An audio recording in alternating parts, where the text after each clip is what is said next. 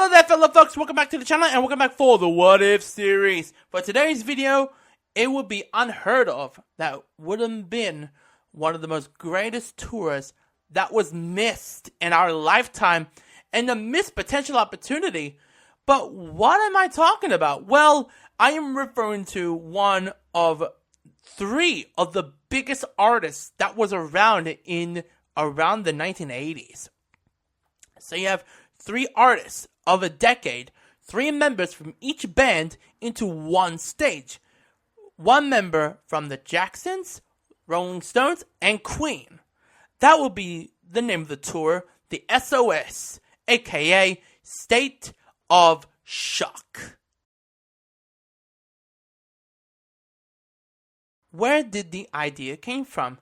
I first picked up a 7-inch single of State of Shock. I had heard it before, but hearing it in a physical record, spinning on a turntable, I'm blown away. Like, oh my gosh, I never had a physical copy of a 7-inch single of a record that was out in 1984.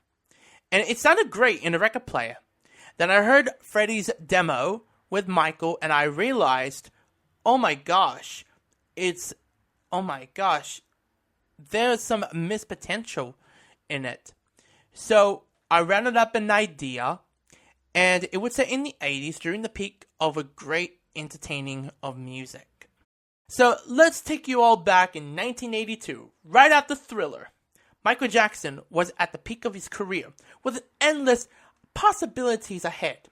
During the making of Thriller, Michael and Freddie collaborated on 3 records together. There Must Be More to Life Than This, Victory, and of course, State of Shock.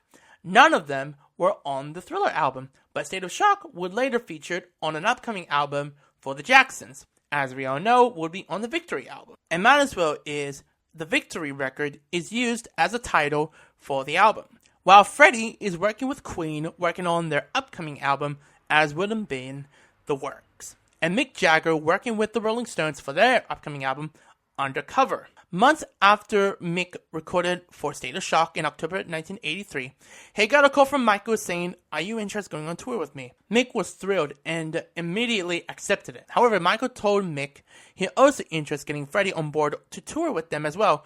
Michael rang up Freddie if he's interested, but he declined the offer due to his commitment with Queen for their upcoming album. Then, by late November of 83, after the Victory Tour announced, a rumor spread around a demo of State of Shock with Michael and Freddie had leaked to the public. Michael was upset, because they have the finished version with Mick Jagger. When Freddie heard the demo, Freddie rang up to Michael and he said, "Sign me up." While Queen will be prepped for their tour and the Jacksons set for their tour, but how they can work in their own schedules from their own tours. Well, they would perform 6 venues, 5 cities, and 20 date shows. It would be only in the US. The negotiations came around at the same time, while the Victory Tour is already causing a controversial ticket sales. And the joint tour wouldn't be announced until March of 1984. To be honest, it would be fair for the fans who wants to see the Jacksons tour or the legendary joint tour with a lower ticket pricing. And the tour would cost between from $10 to $25 if it was back in 1984. Then the tour got announced in March of 1984 and set to kick off in May. Queen had already released their latest album, The Works. They are still prepped for their tour. While the band is set, Freddie flies down to LA to gear up for this upcoming joint tour.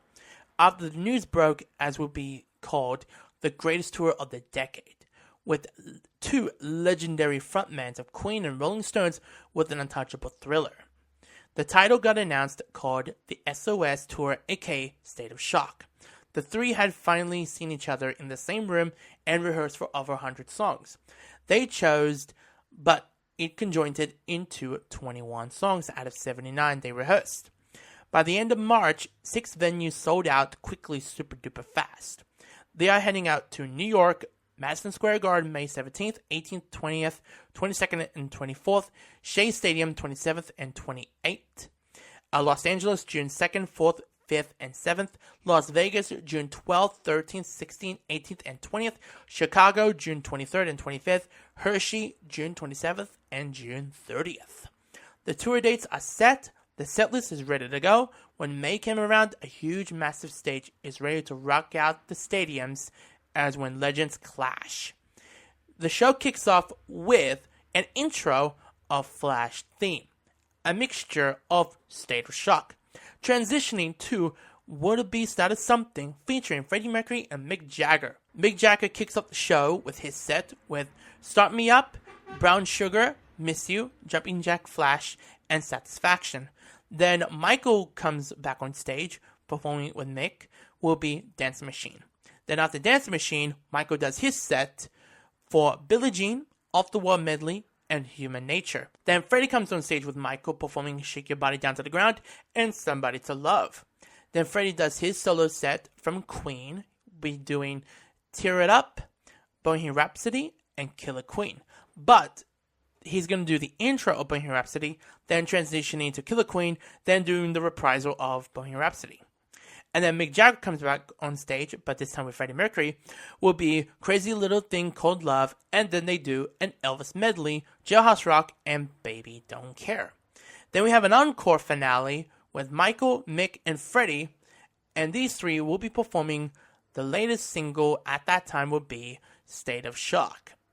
After the tour, holy shit, I wouldn't imagine fans across the US state, they were not seen like this ever again, with three legendary artists in one stage in the year of 1984. So that is it for the What If series. Hope you all enjoy. Comment, like, and subscribe. If y'all haven't subscribed to me yet, please do so. You won't miss out any content I'll be putting out.